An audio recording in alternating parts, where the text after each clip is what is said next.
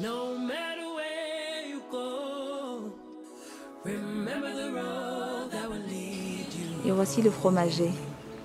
Il est majestueux. No matter where you go, remember the road that will lead you home.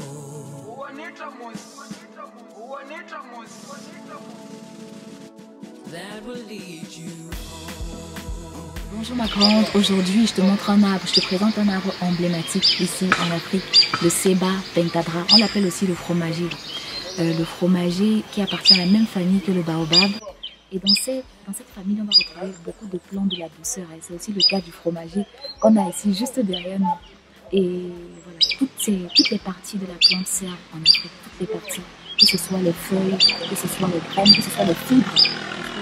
Avant l'arrivée des fibres synthétiques, c'est les fibres naturelles du fromager qui étaient utilisées dans le passé pour embourrer les coussins, les oreillers, les matelas. C'est quelque chose qui se fait encore en Asie aujourd'hui, de nos jours.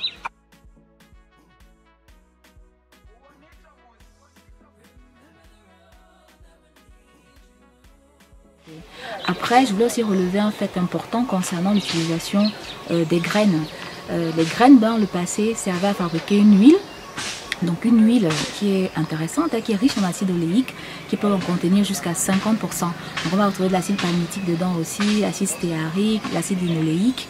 Donc vraiment des acides gras intéressants pour la savonnerie. Dans le passé d'ailleurs, c'était utilisé pour fabriquer des savons. C'est une huile qui n'est pas comestible, c'est une huile dont on ne retrouve plus l'utilisation aujourd'hui. C'est une huile qu'on ne fabrique plus artisanalement aujourd'hui. Donc on pourrait revenir à ça aussi, pourquoi pas.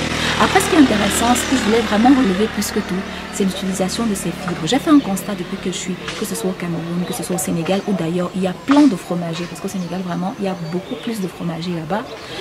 J'ai remarqué que la plupart du temps, les fibres tombent et en général, on s'en sert pas. Donc j'ai posé parfois des questions, mais il n'y a pas une utilisation en fait régulière des fibres du fromager. Alors est-ce parce que les fibres sont réputées irritantes pour les branches? Je ne sais pas. Mais en tout cas, c'est une utilisation qui ne se fait plus. Okay. C'est vrai que ça a un gros potentiel. Les fibres aujourd'hui ont un gros potentiel dans le domaine du textile.